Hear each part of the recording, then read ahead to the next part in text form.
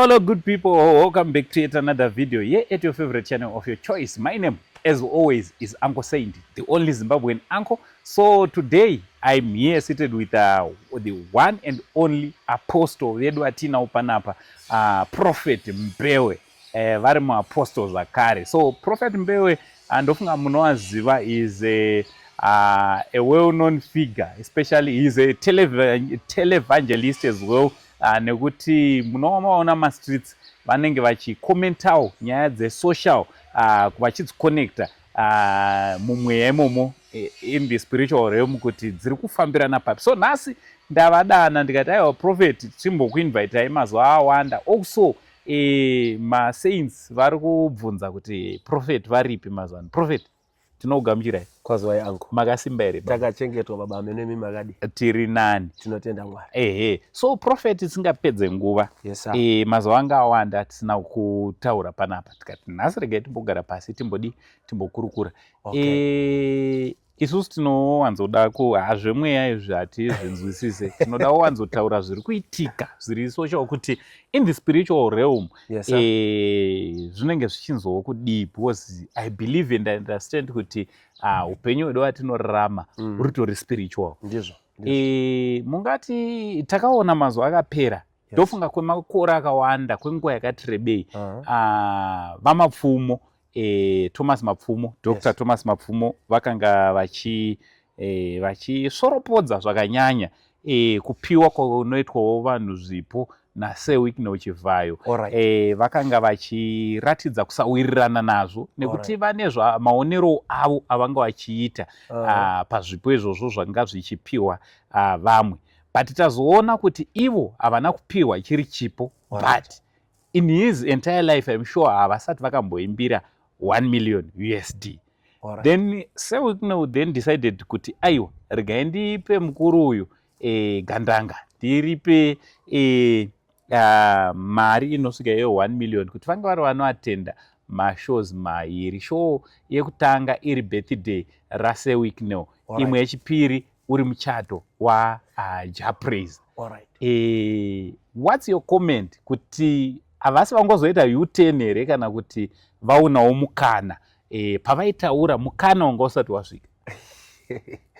Ndichada kuitora kuri kuside kwedu kumachechi topinda ikoko. Alright. Takatanga chechi tatungamirirwa naMwari. Vanhu vatinotanga navo vaya vanogona kuva chikomborero kana kuzotirwisa mangwana. Alright. Zvakafanana nemachechi atiri kuona ari kurwisana nhasi. Watanga nevanhu kereke yako, watanga nevanhu kereke yako, wofamba navo munorwadza, munodii unavo, kuita mumwe munhu anosimuka. Asimuka wotanga kuda munhu iyeye kupfuura isusu wawakatanga navo. Chetonge ndiri kutenderera. Avo wakatanga navo vanotanga kurwadziwa, votanga kukuataka, kwete nekuti vari kukuataka nekuti havakude, but vari kuti neimwe nzira watadza kuona. So munhu asimuka uyu akatanga kukoshesa vamwe vanhu vanyowani, isusu takatanga newe kana kuti takatanga chibasa ichi tinewe, ndinoataka. So mukunzwisisa kwandinoita ministry nenyika ino zvakafanana. Kuataka kwemukuru kwanga kuri kwekuti isusu tisu vakuru. So vari kuti kutaura kwandiri kuita haizi enmity, it's love, it's part of love. Dai yanga isiri part of love, dai chero ivo vaChivhayo vacho vasina kukwanisa kuzooffer. But semwana mudiki aropafadzo akanzwisisa kuti mashoko ataurwa nemukuru uyo haazi enemy. But tisu tatadza kushandisa a good protocol. Vakajamba mukuru vakazoda kurangarira mukuru vambopa mwere. So iye ndokushandisa wisdom kuona kuti but sure zvavari kutaura kutaurawo kwekudi, but at the same time this man pane paaizobuditsa on that video kuti isusu I love Zimbabwe. I love my country. I love my leaders. Mukuru we pane pavaitobuditsa on the video. So Sewick can relate on the video, say okay, kana ari muvengi, how come we can say I love my country and I love Zimbabwe at the same time you are an enemy? All right. So that man is not an enemy. Vamapfumo is not an enemy, but at the same time, there are things that we say because of emotions. I can say that. All right, but at the same time, katiri kuona kamunhu waMwari kuti Vamapfumo is a man who anomira the majority, and the majority now pane mixed feelings. Some are saying mukuru atoita sell out. Why did he accept chipo ichi? And some are saying aiwa mukuru zvaaccepta ka zviya zvavanombotaura kuti muchipatara hamuna mishini, muzvipatara hamuna mishonga, tichaona kuti pamiriyoni yavapiwa iyi obviously mukuru vachatosiya half a million otengawo mishini nemishonga yavaida kuti inge irimo muchipatara. What's your comment tichitarisa anonzi mafollowers avo ave divided? Chekutanga regai nditi Vamapfumo munhu akataura muZimbabwe kuti ndaenda kuchipatara hakuna mushonga, it doesn't mean kuti that man is an opposition. All right. Munhu akataura kuti taenda kuchikoro kwakati, chikoro ichocho hachina kunaka, ndaenda kwakati zvakati, it doesn't mean kuva nevoice to say something. It doesn't mean that you're in opposition. All right. Vane marights. Every man have got rights, and especially those men vaimba munguva yehondo. So vari kutaura semunhu ane right yake. All right. So we can say vanengati mafollowers, even if they divide, vakambovaitirei mafollowers acho. Tisingati tamboenda pekuti anzi vaenda Vamapfumo vatirasisa, wakambomuitirei Mapfumo wacho. All right. There's nothing that I've done for Mapfumo. All right. Yet you have been doing a lot for you. Yes. Kutotaura kwavaita vachitaurira iwewe. He himself is okay because now he is a citizen ku America. Yes, sir. A permanent resident. Yeah. So he himself is okay. Vakarwara vanongono atendewa kuzvipatara zveikoko. Iwewe wakambovaitirei? Yes.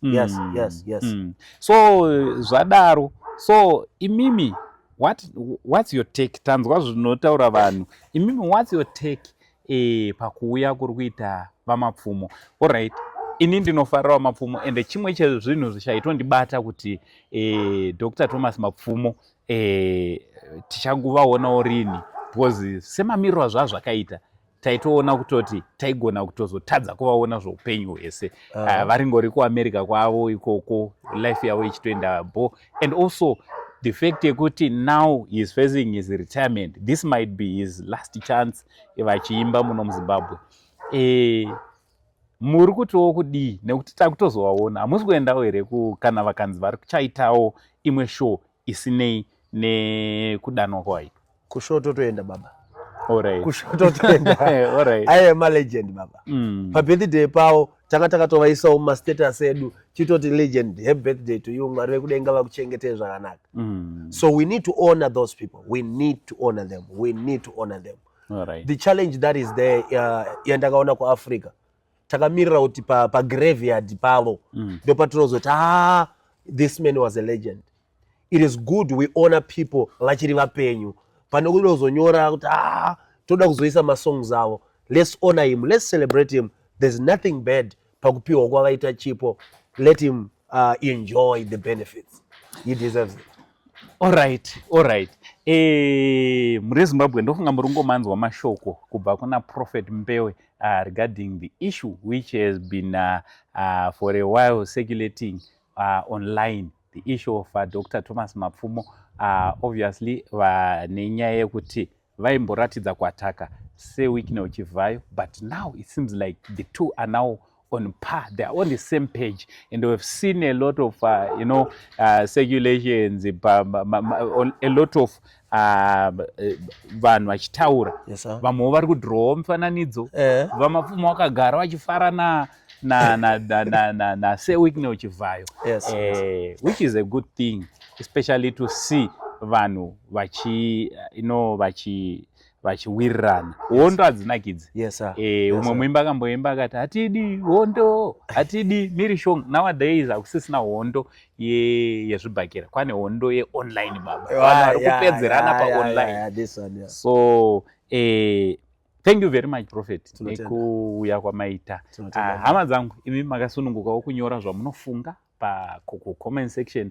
What's your comment regarding the issue of Sewich Chivayo and Dr. Thomas Mapfumo, who is obviously going to be in Zimbabwe very soon, and tichava nenguva yakanaka. Inini hangu ndichatotsvaga midzi dzekuti ndovaonawo sei. Just a pic with him will be something to me. Why? Because we grew up listening to these living legends. Even up to now, I always play his music. Ndichifamba pane ndichidrive going up and down. My name, as always, is Uncle Saint, the only Zim uncle for now. It's much love and God bless you.